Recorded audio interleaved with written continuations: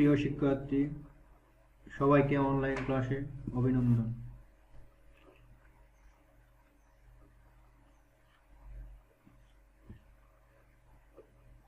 আমি Mohanlal Nath, computer instructor, তুল্যদেব বারাকাইন Satali বহুমুখী উচ্চ বিদ্যালয়, নবম ভোকেশনাল কারিগরি শাখা। আজকে আমাদের বিষয় কম্পিউটার ও তথ্য প্রযুক্তি 2। পাঠ শিরোনাম লজিক গেট। আজকে আমরা লজিক গেট নিয়ে আলোচনা করব। আজকে আমাদের শিক্ষণফল লজিক গেট কি, লজিক গেটের প্রকারভেদ, সার্বজনীন গেট বলতে আমরা কি বুঝি। আমরা আজকে 3টা বিষয়ের উপর আলোচনা করব। প্রথম হচ্ছে লজিক গেট কি, তারপর হচ্ছে লজিক গেটের প্রকারভেদ, তারপর হচ্ছে সার্বজনীন গেট বলতে কি বুঝি।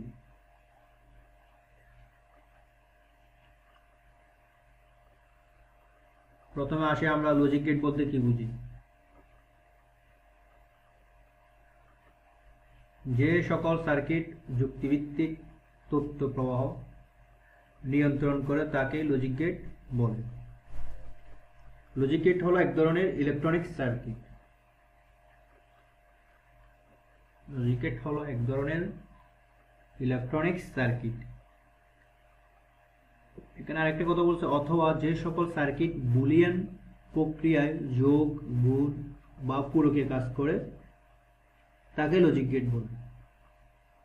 এখন আসো বুলিয়ান প্রক্রিয়াটা কি। বুলিয়ান অ্যালজেব্রার গাণিতিক অপারেশনগুলোকে লজিক গেট বলে। বুলিয়ান অ্যালজেব্রার মধ্যে আমরা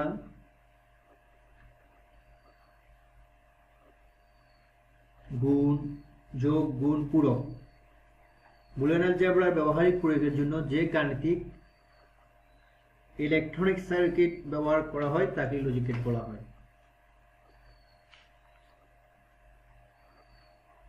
এখন আসো বুলিয়ান অপারেটরটা কি। প্রখ্যাত ইংরেজবিদ জর্জ বুল 1847 সালে তার প্রকাশিত প্রথম গ্রন্থ the mathematical analysis of logic এর সর্বপ্রথম বুলীয় বীজগণিত নিয়ে আলোচনা করেন। পরবর্তীতে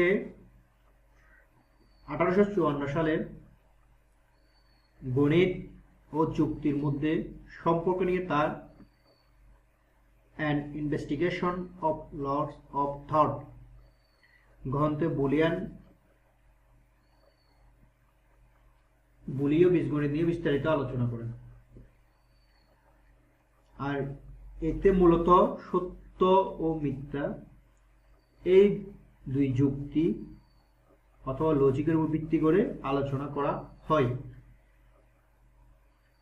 বাইনারি সংখ্যা পদ্ধতি আবিষ্কৃত হওয়ার পর বুলীয় বীজগণিতের সত্য ও মিথ্যাকে বাইনারি 1 ও 0 দিয়ে পরিবর্তন করার মাধ্যমে কম্পিউটারের অঙ্ক কষার সমস্ত গাণিতিক সমস্যার সমাধান করা সম্ভব হয়।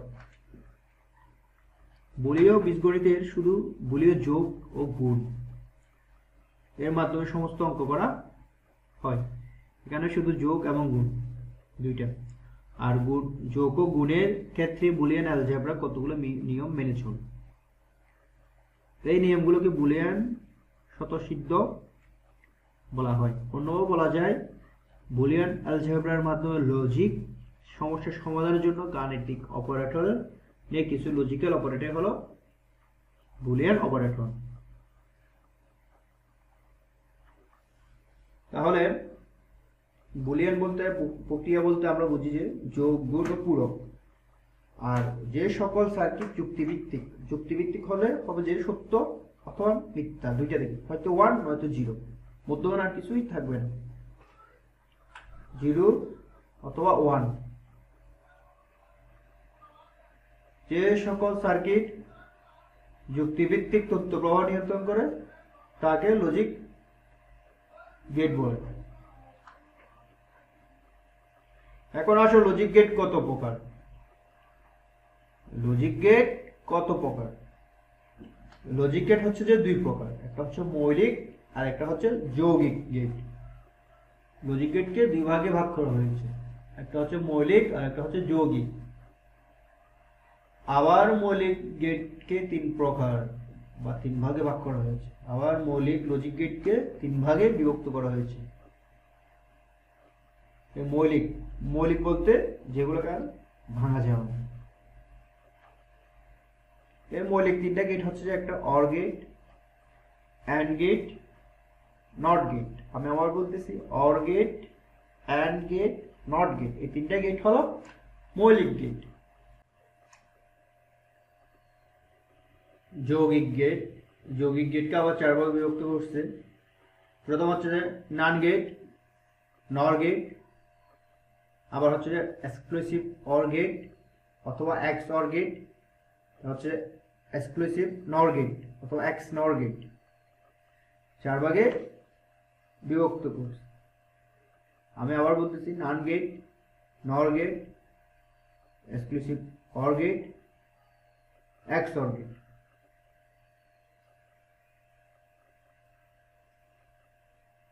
এখন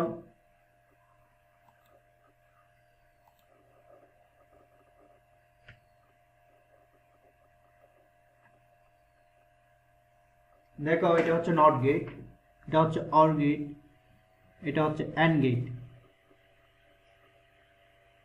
এখন হচ্ছে যে প্রথমটা হচ্ছে যে নান gate, nor gate, exclusive or. এটা হচ্ছে নান গেট, এটা হচ্ছে এক্সক্লুসিভ, এটা হচ্ছে নর গেট, এটা হচ্ছে এক্সক্লুসিভ অর বা x or gate.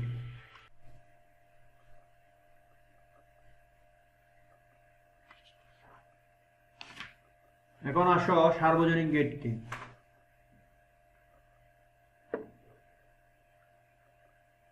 And, or, not, এই তিনটি হচ্ছে মৌলিক গেট। আর এই মৌলিক গেটের সমন্বয়ে যে কোনো যুক্তি বর্তনী তৈরি করা সম্ভব, সার্কিট, লজিক সার্কিট তৈরি করা সম্ভব। আবার শুধু নান গেট দিয়েও যে কোনো বর্তনী তৈরি করা সম্ভব, কারণ নান গেট দিয়ে অর, অ্যান্ড, নট গেট বাস্তবায়ন সম্ভব। তেমনি নর গেট দিয়েও যে কোনো বর্তনী বাস্তবায়ন করা সম্ভব। এটি নান ও নর গেটের সার্বজনীন নামে পরিচিত।